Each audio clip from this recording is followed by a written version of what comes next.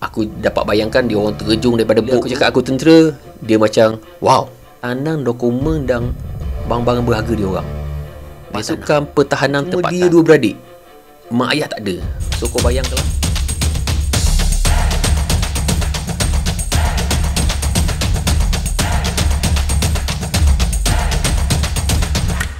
Hai, Assalamualaikum. Jumpa lagi kita di video kali ni. Alhamdulillah dan terima kasih kepada yang like, subscribe dan komen video-video aku sebelum ni. Okay guys, hari ni ada satu cerita nak aku kongsikan pada korang. Cerita ni agak rare lah bagi aku, sebab aku jumpa seseorang ni, umur dia aku rasa dalam umur dia 80 aku rasa. Aku terjumpa Pakcik Halim ni di Terengganu. Masa tu aku balik kampung di Terengganu. Nak jadikan cerita, aku minum pagi, sarapan pagi lah di satu warung di Terengganu ni. So aku terserempak lah. Yang nak jadi ceritanya terserempak apabila aku belanja dia makan. So dia pergi kat meja aku, ucap terima kasih apa semua. Dia tanya aku kerja apa. Bila aku sebut je aku ni tentera, dia rasa macam wow, tentera.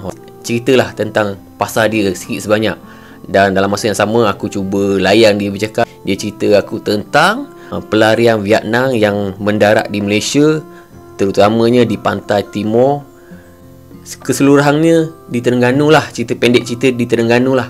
So aku nak cerita korang tentang terlibatnya Pakcik Halim ni dalam menjaga pantai dan kerja-kerja dia waktu tu. Okey, Pakcik Halim ni seorang PPT, Pasukan Pertahanan Tempatan, dan dibubarkan, dipindahkan ke Kelantan sebagai Wataniah 506 berpusat di Pekalan Cepa, Kelantan.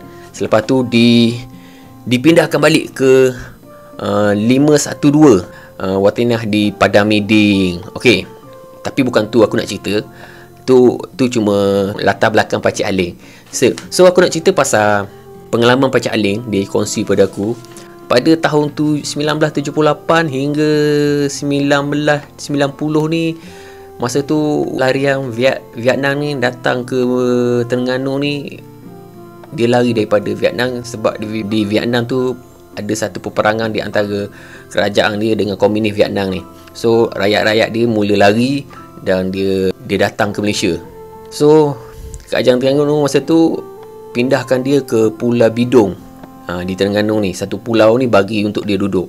Sebelum tu dia datang dengan 50 orang. Pada bulan yang pertama tu 50 orang. Selepas selang 2-3 minggu barulah kemasukan semakin ramai. Okey, terlibatnya Pakcik Halim. Pakcik Halim cerita pada aku, sewaktu dia bertugas, dia pernah terserempak lah dengan bot yang mendarat di pantai pesisir Terengganu tu. Dia tengok pelarian ni bila sampai ke pantai tu, dia orang turun dan dia orang cari tempat untuk dia orang tanam segala barang-barang dia yang penting, dokumen-dokumen dia tanam kat situ. Sebelum dia orang naik lori, kerajaan Terengganu akan ambil dia untuk pindah ke pulau. Tu yang mendarat ke pantai. Kalau yang tak mendarat dia terus ke pulau. Tu cerita Pakcik Halim. Okey. Satu kisah Pakcik Halim cerita pada aku yang agak silu dan pilu dia kata. Satu tugas yang dia diarahkan ambil pelarian Vietnam ni yang kecil. Maksud aku yang budak lagi. Yang laki tu umur 9 tahun dan adik dia dalam umur 7 tahun macam tu lah. Abang dia yang 9 tahun tu lelaki dan adik 7 tahun tu perempuan. So waktu dia mendarat, waktu tu tentera tak ada, polis tak ada dan rela pun tak ada. So pelarian tu dah naik ke darat lah. So dia orang kampung ni rasa kesian tengok budak kecil ni dah ambil buat balik rumah si dua beradik ni. Lepas tu yang lain tu dalam proses polis ambil balik, tentera ambil hantar ke pulau. Yang dua beradik ni masih duduk di dengan orang kampung sebab masa tu pihak berkuasa tidak tahu yang dua budak ni ada dengan orang kampung. So bila dah 2 minggu benda tu dia duduk di kampung, so polis dapat tahu yang budak tu berada di rumah ni kat kampung ni. Polis dengan tentera pergilah ambil sekali dengan Pakcik Halim ni, pergi ambil budak tu. Sesampai di rumah yang ambil budak tu, dia pun minta lah, kata nak pulangkan balik budak tu untuk letak di tempat yang selamat dan terjagalah. So adalah macam drama lah sikit. Yang penjaga dia tu rasa macam dah sayang lah budak tu. Baru 2 minggu. Kau bayangkan, dengan budak tu tak tahu bahasa Melayunya, dia kata, tapi dah ada perasaan sayang tu antara penjaga dia dengan budak yang tu. Budak tu, kau bayangkanlah, mak ayah tak ada, cuma 2 beradik saja daripada kapal tu turun. So dia rasa kasih sayang yang keluarga angkat lah, aku bagi tahu. Macam keluarga angkat lah 2 minggu tu jaga dia. Dia rasa macam kasih sayang tu dah ada pada dia. Dia ada macam drama kasih sayang lah kat situ, Pak Cik Halim kata. So tu menyentuh lah perasaan dia, kata waktu walaupun dia berat nak ambil budak tu, tapi tu kerana tugas dia pun ambil lah, bawa budak tu untuk bagi ke pihak berkuasa untuk uruskan benda tu. Itu satu cerita Pak Cik Halim. Okey, satu cerita lagi Pak Cik Halim yang kita tahu. Bila dia orang mendarat ke pantai Terengganu ni, dia orang mendarat, dia orang buat turun barang-barang dia tau. Barang-barang dia orang buat turun, dia punya dokumen-dokumen dia orang tanam.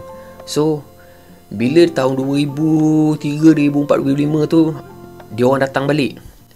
Dia orang pergi kat kampung yang mana dia orang turun tu, pantai-pantai yang dia orang turun tu.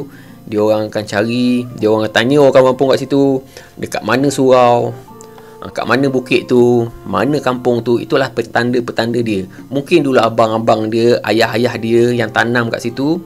So mungkin dia bagi tahu, nanti kau dah lama sikit kau datang balik ambil benda tu. So dia datang, dia cari petanda.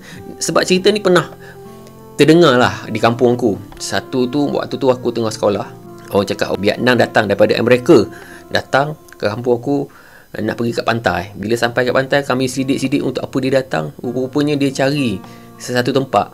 Dia tanya kubah masjid kat mana. Kubah masjid kat mana. Lepas tu dia tanya bukit, nama bukit adalah nama kampung aku tu, nama bukit tu kat mana. So bila dia tengok kubah masjid dengan bukit tu, dia berjalan, dia mulalah gali. Rupanya orang kampung mau tahu dia cari sesuatu di tempat tu, tapi tak jumpa apa pun. Mungkin dah, aku rasa kalau ditanam tu mungkin dah dibawa harus bawah ke macam mana kan, aku tak tahulah. Tapi itulah kisah dia datang balik lah. Mungkin dia nak ambil emas ke apa ke yang dia dah tanam dulu, ataupun dokumen-dokumen yang penting untuk dia.